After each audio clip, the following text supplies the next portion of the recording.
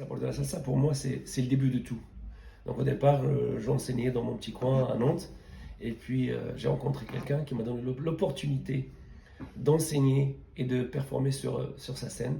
C'est Monsieur Ludo Cointre et l'association Pas à Pas. Donc c'était vraiment le début d'une fabuleuse histoire qui s'est enchaînée aussi avec la création de Salsa Fresca Festival. Au départ, on appelait ça déjà Salsa Fresca Festival, avant de devenir le Nantes SBK Festival. Voilà. Donc, le sabor de la salsa pour moi, c'est le début de toute mon histoire quasiment en salsa.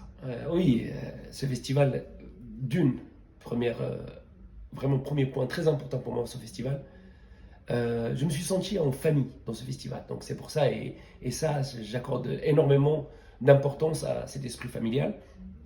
Quand je suis arrivé, il y avait les bénévoles qui faisaient à manger, tout le monde te posait la question, tout le monde t'abordait, tu n'étais pas un inconnu. Enfin, même si les gens ne te connaissaient pas, ils t'abordaient.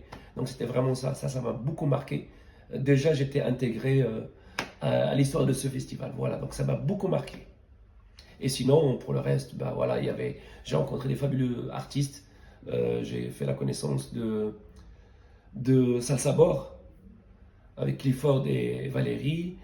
J'ai rencontré Super Mario que je connaissais, mais enfin, quand on a fait plus en plus connaissance sur l'événement de El Sabor de la Salsa.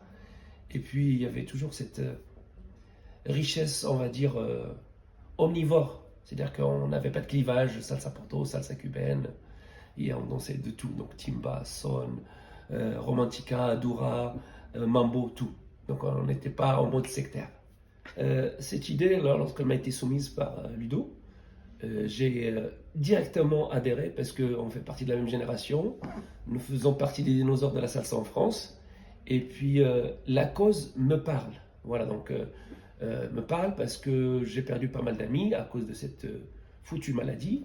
Et puis, nous les garçons, on a toujours des problèmes tabous sur les diagnostics, sur pas mal de choses. Donc, associer cette édition en one shot à une cause qui me tient à cœur, ben voilà, tu ne peux pas dire non. Donc voilà, j'adhère et je dis vamos, vamos pour El Sabor, la ultima édition. On dit que vous allez intérêt à venir. Si vous venez pas, vous allez louper quelque chose d'extraordinaire. Première chose, vous allez venir à un festival qui défend une cause. Vous allez revoir des personnes qui ont fait l'histoire de la salsa en France.